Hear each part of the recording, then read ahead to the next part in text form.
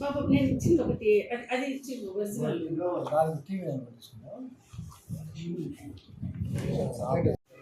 Copy ఒకటి extra తీసుకోండి. అదుపులో తీసుకున్నారు మేడం. అంటే నేను ఎస్ఐ గారిని విచారించాను, వాళ్ళని అడగాలి. మీరు అతని మీద కేసు ఇప్పుడు ఫస్ట్ ఇన్వెస్టిగేషన్ పెట్టాను చూడండి, ఆ భూమి మాత్రం అతను కాదు, ఆ రికార్డ్ పరంగా కూడా. అందుకనే అతని మీద కూడా కేసు ఫైల్ చేశాను. రెండో వాళ్ళది విచారిస్తే వాళ్ళదే అని అన్నారు. ఇంకా పూర్తి విచారం లేదు. జరిగింది రోజులు అవుతున్నా జరిగింది కాదు. ఈరోజు ఈ ప్రెస్ మీట్ పెట్టుకోవడానికి ముఖ్య కారణం ఏంటంటే,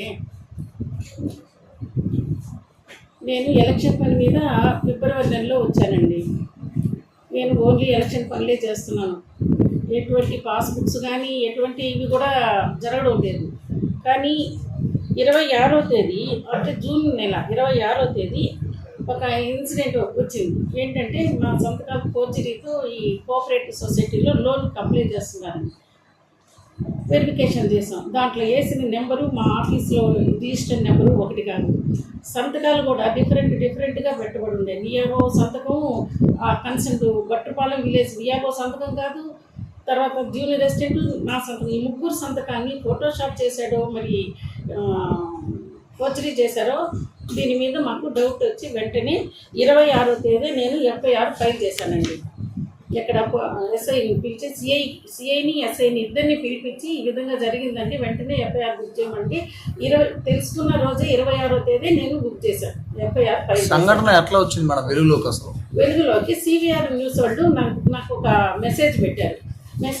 మేడం ఇది మీ సంతకమా కాదా అని అన్నప్పుడు నాకు డౌట్ వచ్చి దాని మీద మేము పర్సూ చేసి ముందు ఫైల్ చేసాం. అది నా ఖాతాను నిర్ధారించుకున్నాము.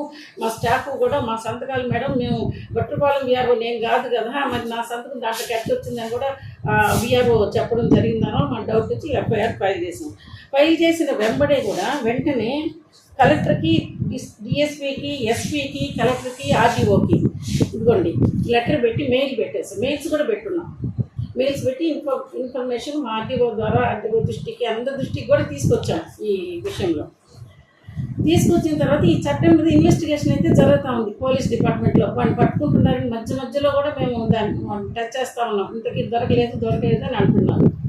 దీని మీద అతనిది ఒక రూమ్ ఉంది, ఆ రూమ్ను కూడా మేము కనుక్కుంటున్నాం మేడం అని చెప్పి ఎస్ఐ గారు చెప్పారు. ఆ రూమ్ దగ్గర పోతే డబల్ లాక్ చేస్తున్నాడు ఈ నాగుల్ మీరా అని అతను, మా విఆర్ఏ కొడుకు ఇతని మీదే గతంలో కూడా మేము రాకముందు కూడా ఇతని మీదే డౌట్స్ ఎక్కువ పరుస్తున్నారు ఇక్కడ. సరే దాని మీద మేము చేసామండి. కానీ ఇప్పుడు ఏమైందంటే నేను కరెక్ట్గా చేసి కూడాను స్క్రోల్లో ఏం చేస్తున్నారంటే తహసీల్దారు పట్టించుకోవడం లేదు అంటే ఏదో తన ఇన్వాల్వ్మెంట్ కూడా ఉందనే కాడికి స్క్రోల్ చేస్తున్నారు. అది బాధాకరం. ఈరోజు మీకు ప్రెస్ మీట్ పెట్టించాను. దీంట్లో మాత్రం ఎప్పుడు సమాచారం ఉన్నతాధికారులకు పోతుంది, అఫీషియల్గా కూడా మనం ఫైల్ చేయడం జరిగింది. కాబట్టి దీన్ని బట్టి మీరు ఇప్పుడు ఇన్వెస్టిగేషన్ అయితే జరుగుతుంది. ఇన్వెస్టిగేషన్ కంప్లీట్ అయిన తర్వాత మీకు పూర్తి సమాచారం కూడా వస్తుంది.